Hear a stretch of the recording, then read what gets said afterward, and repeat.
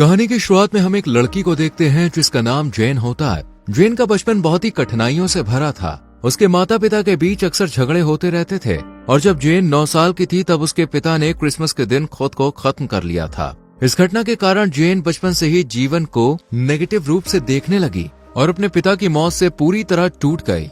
आज भी वो उस हादसे से उभर नहीं पाई है। डिप्रेशन के कारण जेन एक मानसिक अस्पताल में भर्ती होती है जहां उसके जैसे कई अन्य लोग मानसिक सुधार के लिए रहते हैं, लेकिन जेन बार बार खुद को खत्म करने की कोशिश करती रहती है। डॉक्टर उसका इलाज तो कर रहे होते हैं लेकिन उसने अंदर से जीने की इच्छा खो दी थी। जेन प्लान बनाती है कि वो भी 2 दिन बाद आने वाले क्रिसमस में अपने पिता की तरह खुद को खत्म कर लेगी। इसलिए एक रात वो मानसिक अस्पताल में चोरी छिपे कई दवाइयां अपने पास रख लेती है और जब क्रिसमस का दिन आता है तब वो अस्पताल से छुट्टी लेकर घर जाने के लिए न्यूयॉर्क के एयरपोर्ट पहुंचती है जहां उसे फ्लाइट पकड़नी होती है। एयरपोर्ट पर उसकी मुलाकात एक खुशमिजाज लड़की से होती है जो कुछ दिन बाद ही शादी करने वाली होती है और अपने भविष्य को लेकर बेहद उत्साहित होती है और वो भी न्यूयॉर्क जाने वाली थी। इसके बाद जेन की मुलाकात एक और व्यक्ति से होती है जिसका नाम पॉल होता है। पॉल एक दयालु और समझदार इंसान होता है। जेन और पॉल दोनों को एक ही फ्लाइट से यात्रा करनी थी लेकिन उनकी फ्लाइट थोड़ी देर से चल रही थी, इसलिए पॉल उससे बातचीत करने की कोशिश करता है। हालांकि जेन उदास और गहरी सोच में डूबी होती है। कुछ समय बाद दोनों फ्लाइट में सवार हो जाते हैं और संयोग से उनकी सीटें साथ होती है। ये देखकर दोनों आश्चर्यचकित भी होते हैं और थोड़ा खुश भी। फिर फ्लाइट टेक ऑफ करती है और दोनों आपस में कुछ बातें करते हैं। कुछ देर के बाद पॉल को नींद आ जाती है और वो सो जाता है। इसी दौरान जेन एक नोट लिखती है जिसमें वो बताती है कि पॉल आखिरी इंसान है जिससे उसने बात की और जेन पॉल को उसके आगे की जिंदगी के लिए शुभकामनाएं देती है। वो ये नोट पॉल की जेब में डाल देती है और फिर प्लेन के वॉशरूम में चली जाती है। वहाँ वो उन दवाइयों को निकालती है जो उसने मानसिक अस्पताल से चुराई थी और उन्हें खाने ही वाली होती है। तभी वॉशरूम का दरवाजा एयर होस्टेस खटखटाती है और जेन से कहती है कि वो जल्दी बाहर आए और अपनी सीट में जाकर सीट बेल्ट पहने। तभी अचानक फ्लाइट में तकनीकी खराबी आ जाती है और विमान तेजी से हिलने लगता है। यात्री घबराकर चीखने लगते हैं क्योंकि प्लेन एक खतरनाक तूफान में फंस जाता है और पायलट प्लेन से नियंत्रण खो देता है। इस बीच जेन वॉशरूम के अंदर ही रहती है और बाहर आने की कोशिश नहीं करती। तभी प्लेन तेजी से नीचे गिरने लगता है और देखते ही देखते एक बर्फीले पहाड़ से टकरा जाता है। कुछ समय के बाद जब जेन को होश आता है तो वो धीरे धीरे वॉशरूम से बाहर निकलती है। उसके सर से खून बह रहा होता है और वो देखती है कि उनका प्लेन बर्फीले पहाड़ों में दुर्घटनाग्रस्त हो गया है। ये रात का समय होता है और वो देखती है कि चारों ओर प्लेन के टुकड़े बिखरे हुए होते हैं और जगह जगह मलबा पड़ा होता है। जेन को चारों ओर बच्चों, महिलाओं और पुरुषों की लाशें दिखती है जो इस दर्दनाक हादसे में मारे गए थे। ये देखकर उसका दिल भर आता है। फिर वो उस लड़की को देखती है जो नए साल में शादी करने वाली थी, लेकिन जेन के सामने ही वो लड़की अपना दम तोड़ देती है। तभी जेन को किसी की आवाज सुनाई देती है। वो उस दिशा में जाती है और देखती है कि पॉल प्लेन के मलबे में फंसा हुआ है। जेन उसे बाहर निकालने की कोशिश करती है और सफल भी हो जाती है। पॉल उसे बताता है कि ठंड से बचने के लिए उन्हें प्लेन के किसी बड़े मलबे में छुपना होगा। जेन उसे सहारा देकर प्लेन के एक मलबे के अंदर ले जाती है जहां दोनों ठंड और बर्फीली हवा से खुद को बचाने की कोशिश करते हैं। इस पल में उन्हें एहसास होता है कि शायद अब यहाँ सिर्फ वो दोनों ही जिंदा बचे हैं। जेन और पॉल किसी तरह यहाँ पर डर के माहौल में रात बिताते हैं। अगली सुबह दोनों प्लेन के मलबे से बाहर आते हैं। जेन देखती है कि उनके चारों तरफ बर्फीली पहाड़ियां हैं और दूर दूर तक ना तो कोई इंसान दिख रहा है और ना ही कोई घर। वहाँ कोहरा भी काफी ज्यादा है जिस वजह से ज्यादा दूर तक कुछ साफ दिखाई नहीं देता है। जेन उस लड़की के पास आती है जो कल रात उसके सामने ही दम तोड़ चुकी थी।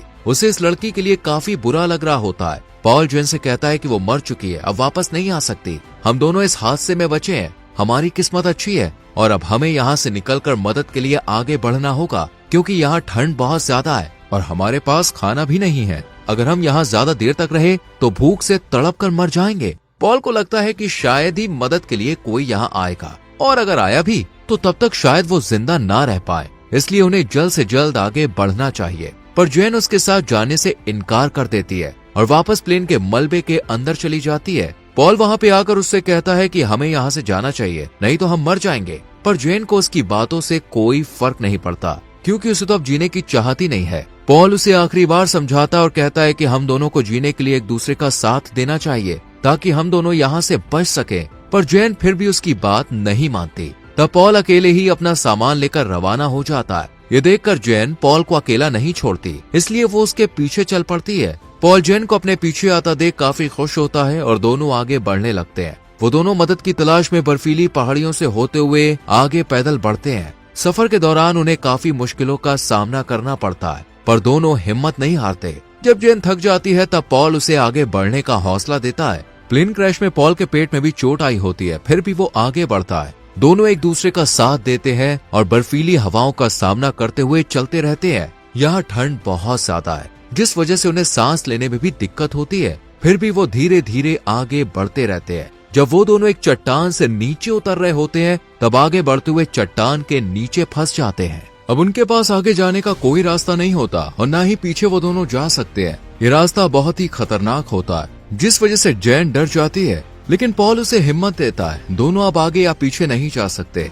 इसलिए पॉल नीचे कूद जाता है और एक पेड़ के सहारे गिरता है, जिससे उसे ज्यादा चोट नहीं लगती। उसे देखकर जेन भी नीचे कूद जाती है और उसे भी ज्यादा चोट नहीं आती। इसके बाद दोनों फिर से आगे बढ़ना जारी रखते हैं, पर उन्हें अब तक जंगल या कोई घर नहीं दिखा होता है। वो दोनों भारी बर्फबारी, ठंड और भूख से जूझते हुए आगे बढ़ते हैं, इस उम्मीद में कि उन्हें कोई मिल जाएगा जो उन्हें बचा लेगा। पॉल और जेन अपना सफर जारी रखते हैं। वो दोनों जब चलते चलते थक जाते हैं तो थोड़ी देर आराम करते हैं और फिर दोबारा से चलना शुरू करते हैं। शाम होने तक भूख और प्यास के कारण उनका शरीर कमजोर होने लगता है। तभी उन्हें आगे एक छोटी सी गुफा दिखाई देती है, जहाँ पॉल आज रात रुकने का फैसला करता है। जेन जो पूरी तरह से थक चुकी होती है, उसको पॉल गुफा के अंदर चलने के लिए कहता है, लेकिन वो दोनों गुफा के अंदर जाते उससे पहले एक भयंकर बर्फीला तूफान आ जाता है। पॉल जेन को हटने के लिए कहता है, लेकिन वो दोनों तूफान की चपेट में आ जाते हैं। पॉल को तो ज्यादा चोट नहीं आती, पर जेन बर्फ के नीचे दब जाती है। वो मदद के लिए चिल्लाने की कोशिश करती है, लेकिन उसके मुंह से एक शब्द तक नहीं निकल पाता।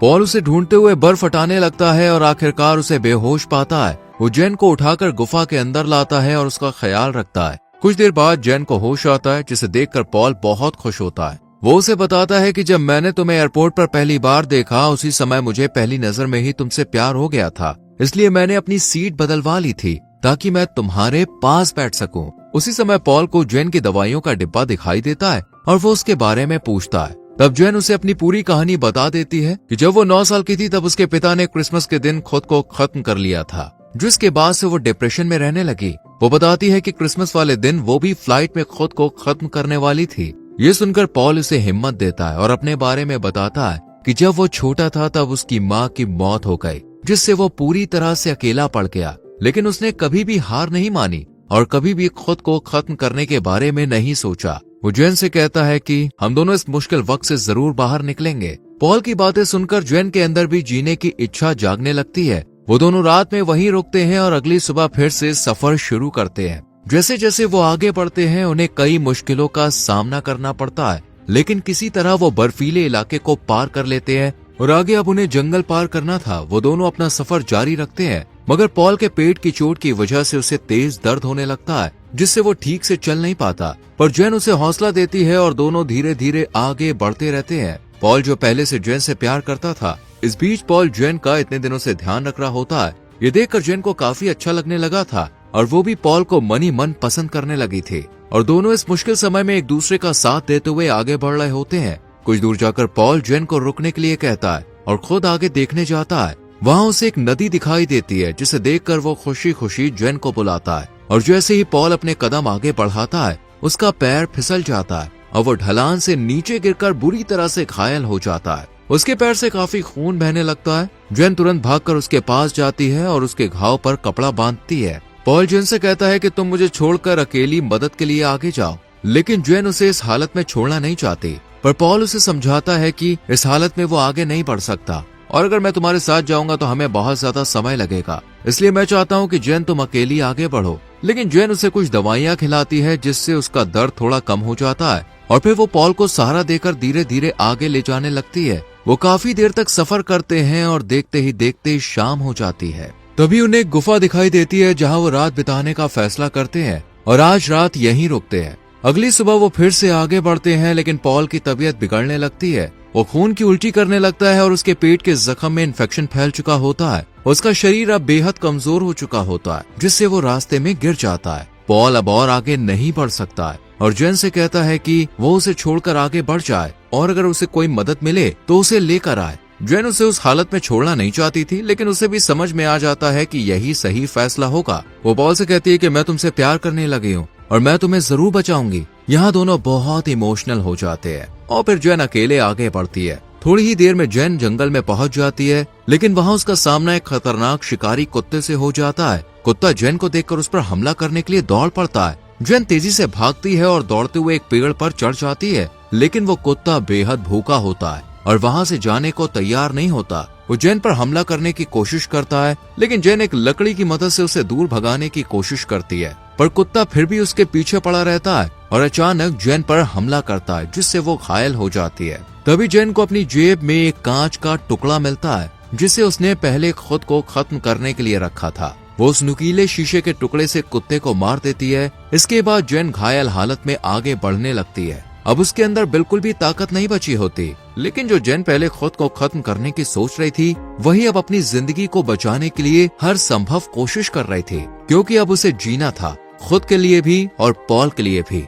वो उसी नदी तक पहुंचती है जिसको पॉल ने देखा था। वहाँ वो खुद को साफ करती है और पानी पीकर अपनी प्यास बुझाती है। इससे उसे थोड़ी ताकत मिलती है और फिर वो आगे बढ़ने लगती है। जंगल पार करने के बाद वो आखिरकार मेन सड़क तक पहुंच जाती है। तभी उसे एक कार दिखाई देती है, लेकिन इससे पहले कि वो कुछ कर पाए वो बेहोश हो जाती है। कार के अंदर बैठा आदमी बाहर आता है और उसे अस्पताल ले जाता है। जब जेन को होश आता है तो वो सबसे पहले पॉल के बारे में पूछती है और आगे वो पॉल के बारे में कुछ और बोल पाती उससे पहले जेन फिर से बेहोश हो जाती है। अगले दिन जब उसे होश आता है तो वो अस्पताल में अपनी माँ को अपने सामने देखती है। जेन फिर से पॉल के बारे में पूछती है तो उसकी माँ उसे बताती है कि पॉल जख्म और बिना खाने पीने के कारण वहीं मर चुका था। उसकी माँ उसे एक नोट देती है जो पॉल ने मरने से पहले लिखा था। उसमें लिखा होता है, जेन तुम जहाँ भी होगी मैं हमेशा तुम्हारे साथ हूँ। लेटर में ये भी लिखा होता है, जेन तुम मुझको भूलकर आगे बढ़ो और एक नई शुरुआत करो। ये पढ़कर जेन फूट फूट कर रोने लगती है, क्योंकि पॉल ने उसे जीना सिखाया,